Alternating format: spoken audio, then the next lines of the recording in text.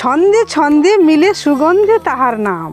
তাই আমি বানাবো ভালোবেসে সোয়াবিনের পকোয়ান। সোয়াবিনের পকোড়া রেসিপিটা অনেক অসাধারণ, চায়ের সঙ্গে তো কোনো তুলনাই হয় না। সবার প্রথমে আমি সোয়াবিনটাকে 10 থেকে 15 মিনিটের মতন জলে ভিজিয়ে দেবো। আর অপরদিকে একটি মিক্সিতে কুচনো পেঁয়াজ, আদা, রসুন আর সবার প্রিয় 2-3টে কাঁচা লঙ্কা পেস্ট করে নেব।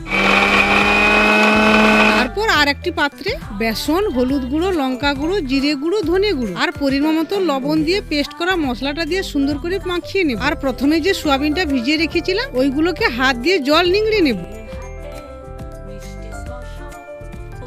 তারপর ওই বেসনের সোয়াবিনগুলো দিয়ে হালকা হালকা করে জল নিয়ে গাঢ় করে মাখিয়ে নেব। এবারে কড়ায় সাদা তেল দিয়ে তেলটাকে গরম করে একটা একটা সোয়াবিন ছেড়ে দেব। আমি সোয়াবিনটাকে ততক্ষণ নাড়াচাড়া করব যতক্ষণ না লাল লাল করে ভাজা হয়ে যায়। এবারে আমি টেস্ট করে দেখব সোয়াবিনের পকোড়া রেসিপিটা কেমন টেস্ট হয়েছে।